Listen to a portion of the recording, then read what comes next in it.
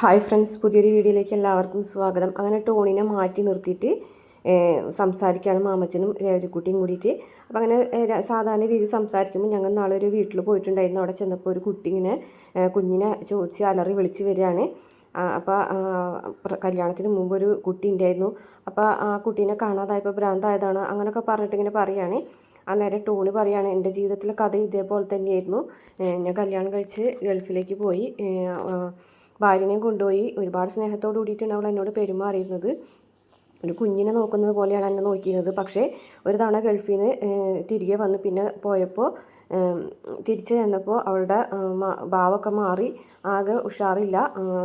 അടുത്ത് ചെന്ന് വിളിച്ചിട്ടുണ്ടെങ്കിൽ അപ്പം തന്നെ അവൾ തെറിക്കും അങ്ങനെയൊക്കെ പറഞ്ഞിട്ടോ. എന്നിട്ട് പിന്നെ ഞാനൊരു സൈക്കാട്രിസ്റ്റിനെ കാണിച്ചു. അപ്പോഴാണ് കാര്യം മനസ്സിലായത്. എന്താണെന്ന് ചോദിക്കണം മാമച്ചൻ. അവൾ കല്യാണത്തിന് മുമ്പ് ഒരു കുഞ്ഞിനെ പ്രസവിച്ചിട്ടുണ്ടായിരുന്നു. ആ കുഞ്ഞിനെ വീട്ടുകാർ ഒളിപ്പിച്ച് വെച്ചിരിക്കുകയായിരുന്നു. ഇത്തവണ ചെന്നപ്പോൾ ആ കുഞ്ഞിനെ അവരവിടെ നിന്ന് മാറ്റി, നിനക്ക് കുഞ്ഞുങ്ങളൊക്കെ ഉണ്ടാവും, ഇനി നീ ആ കുഞ്ഞിനെ സ്നേഹിച്ചാൽ മതി എന്ന് പറഞ്ഞ് അവിടെ അങ്ങനെ പറഞ്ഞപ്പോൾ അവൾക്ക് പിന്നെ മാനസിക നില തെറ്റി. അപ്പോൾ ഡോക്ടർ എന്നോട് പറഞ്ഞു അവൾക്ക് വട്ടാണ് എന്നുള്ള കാര്യം ഞാൻ അറിഞ്ഞത്. അങ്ങനെ ഞാൻ അവളെ ഉപേക്ഷിക്കുകയാണ് ചെയ്തത്. ഡിവോഴ്സ് ആയിട്ടുള്ള സെപ്പറേഷനാണ്. നെഞ്ചത്തൊരു ഇടികല്ലെടുത്ത് വെച്ച് അടിച്ചാലോ എന്ന് വരെ ഞാൻ ചിന്തിച്ചു. അത്രയ്ക്ക് ഞാൻ തകർന്നു പോയി എന്നൊക്കെ പറഞ്ഞ് ടോണി കരയാണ്. അപ്പോൾ ആ കുഞ്ഞിനെ വീട്ടുകാർ എന്ത് ചെയ്തു എന്ന് രേവതിക്കുട്ടി ചോദിക്കുമ്പോൾ, എന്തിനാ എടുത്ത് വളർത്താനാണ്? അങ്ങനെയൊന്നുമില്ല. എന്നാലും അപ്പോൾ മാമച്ചൻ പറയാം, അല്ല അറിയാനുള്ളൊരാഗ്രഹം കൊണ്ടേ എന്ന് പറയുകയാണെ. അത് എനിക്കറിയില്ല, എന്ത് ചെയ്തെന്നൊന്നും അറിയില്ല എന്ന് പറയുകയാണെ. അങ്ങനെ അവിടെ നിന്ന് പോരാണ് കേട്ടോ. യാതൊരു വിവരം അവർക്ക് അവിടെ നിന്ന് കിട്ടുന്നില്ല. അങ്ങനെ തിരിച്ച് വീട്ടിലേക്ക് ചെല്ലുമ്പോൾ ടോണിയുടെ വീട്ടിലേക്ക് വെറുതെ പോയല്ലേ, ഒരു കാര്യം ഉണ്ടായിരുന്നില്ല എന്ന് പറയുമ്പോൾ മാമച്ചൻ പറയാണ്, പിന്നെ ടോണിയുടെ വീട്ടിൽ പോയിട്ട് എന്തെങ്കിലും എടുത്തുകൊണ്ട് വരാൻ പറ്റുമെന്ന് വിചാരിച്ചോ എന്ന് ചോദിക്കുകയാണ്. അല്ല, ഒന്നും അറിയാൻ പറ്റിയില്ലല്ലോ. എന്തായാലും പരിചയപ്പെട്ടല്ലോ, ഇനി എപ്പോഴാണെങ്കിലും കയറി ചെല്ലാലോ എന്നൊക്കെ പറയുന്നുണ്ട്. അതിനുശേഷം ഗ്രേസമ്മേനെ എടുത്ത് വന്നിട്ട് കാര്യങ്ങളൊക്കെ പറയുകയാണ് കേട്ടോ. ഗ്രേസമ്മയ്ക്ക് വയ്യാതിരിക്കുകയാണ്, കാലുവേദനയൊക്കെ ആയിട്ട്. അവിടെ നടന്ന സംഭവങ്ങളൊക്കെ ഗ്രേസമ്മനോട് പറയുകയാണ്. അങ്ങനെ അതൊക്കെ കഴിഞ്ഞ ശേഷം പിറ്റേ ദിവസം രാവിലെ തന്നെ രമേശ് നായർ വരികയാണ്. രമേശ് നായരെ കാണുമ്പോൾ തന്നെ ഗ്രേസമ്മ ഓടി ചെന്ന് രേവതിക്കുട്ടിയോട് പറയുകയാണ്, നീ ഇങ്ങനെ പുറത്തേക്കൊന്നും ഇറങ്ങണ്ട, അന്ന് നിന്നെ അന്വേഷിച്ച് വന്ന ആൾ വന്നിട്ടുണ്ട്, ചിലപ്പോൾ ഏതെങ്കിലും പറ്റിക്കാനായിരിക്കും. ഇപ്പം അങ്ങനെയാണല്ലോ, ആൾക്കാർ പെൺകുട്ടികളെ ഡീറ്റെയിൽസൊക്കെ അന്വേഷിച്ച് വീട്ടിൽ ചെന്നിട്ടുണ്ട്, വിവരങ്ങൾ അന്വേഷിച്ച് തട്ടിക്കൊണ്ടു പോവുകയൊക്കെ ചെയ്യും. അതുപോലെ തന്നെ ചിലപ്പോൾ നീ കോളേജിൽ പോകുമ്പോൾ നിന്നെ കണ്ടിട്ടുണ്ടാവും. അങ്ങനെ അന്വേഷിച്ചിട്ട് നീ കഴക്കൂട്ടത്തു നിന്നുള്ള അനാഥാലയത്തിലായിരുന്നു ജീവിച്ചിരുന്നതെന്നൊക്കെ അറിഞ്ഞിട്ട് ചിലപ്പോൾ എന്തെങ്കിലും രീതിയിൽ പറ്റിക്കാനായിരിക്കും എന്നൊക്കെ പറയാണ് കേട്ടോ. അപ്പോൾ അങ്ങനെയുള്ള ആൾക്കാരൊക്കെ ഉണ്ടോ ചോദിക്കണം. അതൊക്കെ ഉണ്ട്, നീ ഇവിടെ നിന്നാൽ മതി, ഹാളിലേക്ക് വരണ്ടെന്ന് പറയും.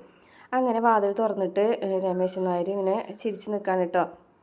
അപ്പം ഗ്രേസമ്മ പറയും, എന്താ ഇത്ര രാവിലെ തന്നെ വന്നതെന്ന് ചോദിക്കും. ഞാൻ ഇന്നലെ രാത്രി ഹോട്ടലിൽ റൂം എടുത്തിട്ടാണ് ഇന്ന് രാവിലെ വരുന്നതെന്ന് ചോദിക്കണം. അപ്പോൾ മാമച്ചനെ ചോദിക്കും, മാമച്ചൻ ഉറങ്ങുകയാണെന്ന് പറയും, എനിട്ടിട്ടില്ല എന്ന് പറയും കേട്ടോ.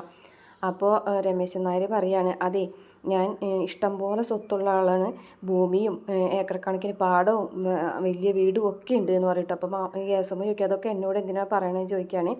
അല്ല, എന്തെങ്കിലും പറഞ്ഞ് പറ്റിച്ച് എന്തെങ്കിലും തട്ടിയെടുക്കാനായിട്ടല്ല ഞാൻ വന്നതെന്ന് പറയാൻ വേണ്ടിയിട്ടാണ് എന്ന് പറയട്ടോ. അപ്പോൾ ഗ്രേസമ്മയാണെന്നുണ്ടെങ്കിൽ ഒന്നും മിണ്ടാതെ ഇങ്ങനെ നിൽക്കുന്നത് കാണിച്ചുകൊണ്ട് ഇന്നത്തെ എപ്പിസോഡ് അവസാനിക്കുകയാണ്. പ്രമോൽ കാണിക്കുന്നത് അയാളുടെ മകന് വേണ്ടിയിട്ടാണ് വന്നിട്ടുള്ളത്. അതായത് മകൻ്റെ കൊച്ചാണ് രേവതിക്കുട്ടി. മകനാണെന്നുണ്ടെങ്കിൽ ഇപ്പോൾ മരിക്കാനുള്ള ഒരു ഇതിലാണ് കേട്ടോ. എന്തോ അസുഖം ബാധിച്ച് മരിക്കാൻ കിടക്കുകയാണ്.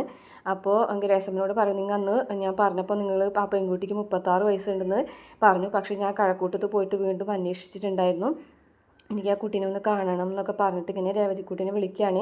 എന്നിട്ട് മകൻ മരിക്കാറായി എന്നുള്ള കാര്യമൊക്കെ പറയുകയാണ്. മകൻ്റെ കുഞ്ഞാണ് രേവതിക്കുട്ടി എന്നുള്ള രീതിയിലൊക്കെയാണ് അയാൾ സംസാരിക്കുന്നത്. അപ്പോൾ രേവതിക്കുട്ടീനെ അയാൾക്ക് കൊണ്ടുപോകണം, നിങ്ങളെ നിന്ന് തട്ടിയെടുക്കാനോ അല്ലെങ്കിൽ സ്വന്തമാക്കാനൊന്നും വേണ്ടിയിട്ടല്ല, അവസാന നിമിഷം അവനെ ആ കൊച്ചിനെ ഒന്ന് കാണണമെന്ന് ആഗ്രഹമുണ്ട്, അപ്പോൾ അതിന് വേണ്ടിയിട്ടാണ് ഞാൻ ഇത്രയും ദൂരം യാത്ര ചെയ്ത് വന്നത് എന്നൊക്കെ പറയുകയാണ്.